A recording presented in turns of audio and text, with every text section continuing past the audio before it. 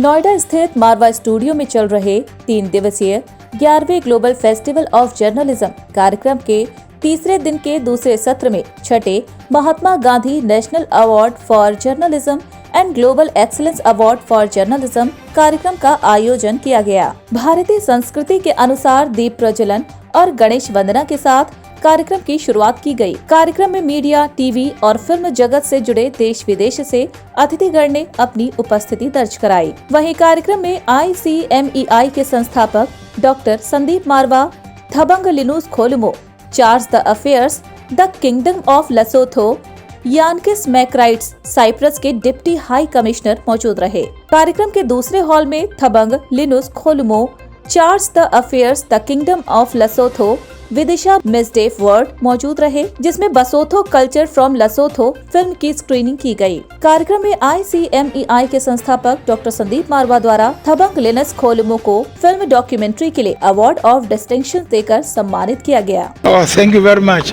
Let me indicate that I'm once again very happy to be amongst you in this festival. Last time I was here and I told you about Lesotho. And continuously, I'm happy that Lesotho is being promoted.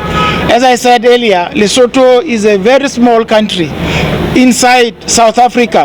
We have a population of only 2.4 million. We are very small compared to India. But we are very proud and very happy that India continues to promote us. And today we are watching a film made by a Lesotho citizen who actually promotes the culture of Basotho. Back when there was a team from the office of Prime Minister of Kingdom of Lesotho was here, and that was a time when we created Indo-Lesotho Film and Culture Forum. And after that, no looking back, the Embassy of Lesotho in New Delhi gave a formal shape by signing MOU with us, and since then we've been promoting our relationship between India and Lesotho. This is now maybe third, fourth or fifth time when Lesotho is participating in all our events, whether it's a film festival or a journalism festival or a fashion festival or a literature festival. Lesotho has been participating regularly with us. This time it's we have received a film from a documentary film from Lesotho, and this is one of the 9th films which we have selected for the award of distinction, and I'm very happy to announce the award of distinction for this documentary, and I hope that we will continuously promoting Lesotho in India. वही कार्यक्रम में उपस्थित सभी अतिथिगण को भगवत गीता भेंट कर उनका स्वागत भी किया गया। ICMEI के संस्थापक डॉक्टर संदीप मारवा ने कार्यक्रम में उपस्थित सभी लोगों का शुक्रिया अदा किया और कहा, किसी भी देश को मजबूत करने के लिए पत्रकारिता का महत्वपूर्ण योगदान रहता है। पत्रकारिता के माध्यम से जनता को जागरूक किया जाता है। पत्रकार दिन रात मेहनत करते हैं आप तक सच्ची खबर पहुंचाने के लिए। बता दें कि महात्मा गांधी नेशनल अवार्ड से उन लोगों को सम्मानित किया जाता है जो महात्मा गांधी की तरह अहिंसक और अन्य गांधीवादी तरीकों के माध्यम से सामाजिक, आर्थिक एवं राजनीतिक परिवर्तन लाने में उत्कृष्ट योगदान देते हैं। वही कार्यक्रम में छठे महात्मा गांधी नेशनल अवार्ड 2023 से पद्मश्री आलोक मेहता, राहुल देव, कुलविंदर सिंह कांग, अजय शुक्ला को सम्मानित किया गया। वही कार्यक्रम में ग्लोबल एक्सीलेंस अवार्ड से सरफराज सैफी, अनुराग मुस्कान, देव श्रीमाली, पद्मकांत त्रिवेदी, मिशेल डेविड, अजय वर्मा, के पुट्टा स्वामी, गुरुनाथ नागोनपैच, गुरुराज नागथन, सोमैया मलयूर को भी सम्मानित किया गया। कार्यक्रम में महात्मा गांधी अवार्डी और ग्लोबल एक्सीलेंस अवार्डी ने अपना अनुभव साझा किया। कार्यक्रम में आए सभी अतिथिगण को डॉक्टर संदीप मारवा द्वारा मोमेंटो देकर सम्मानित किया गया। वही कार्यक्रम के अंत में उपस्थित सभी अतिथिगण संदीप मारवा और स्टूडेंट्स का धन्यवाद ज्ञापन भी किया गया। आज ये अवार्ड लेते हुए जो मुझे खुशी हुई है वो बयान मैं नहीं कर सकता, क्योंकि 34 साल के इस तपस्या के बाद मुझे एक अवार्ड मिलता है। शायद इस अवार्ड का मैं हकदार नहीं हूँ, मैं यही कहूँगा, क्योंकि इस अवार्ड का रियल हकदार कोई है तो वो है जो मेरी खबरों को देखते हैं, जो मेरी खबरों को पढ़ते हैं और जो मेरी खबरों को सुनते हैं। अगर वो नहीं होते तो शायद मेरी पहचान नहीं बन पाती।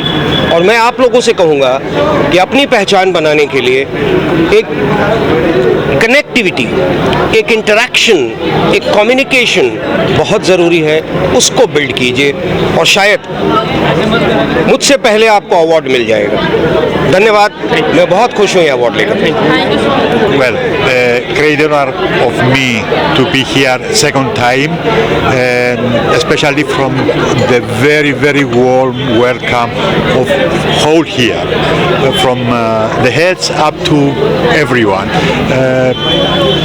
We like to promote, we support arts and culture in general.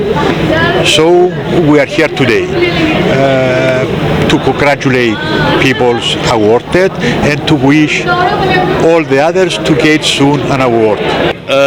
देखिए, ऐसा है, मैं जर्नलिज्म से बहुत वाकिफ़ हूँ, इसलिए कि मैं मिनिस्ट्री ऑफ डिफेंस में स्पोक्स पर्सन रहा था और भारत की सारी मीडिया को हैंडल करता था 4 साल। मैं सारी मीडिया को जानता हूँ और उनको मैं ब्रीफ करता रहा हूँ। और मैं रिपब्लिक टेक कमेंटेटर हूँ 20 साल, और मैं हर एक टीवी के ऊपर चैनल पे रोज़ कोई ना कोई बात करता हूँ।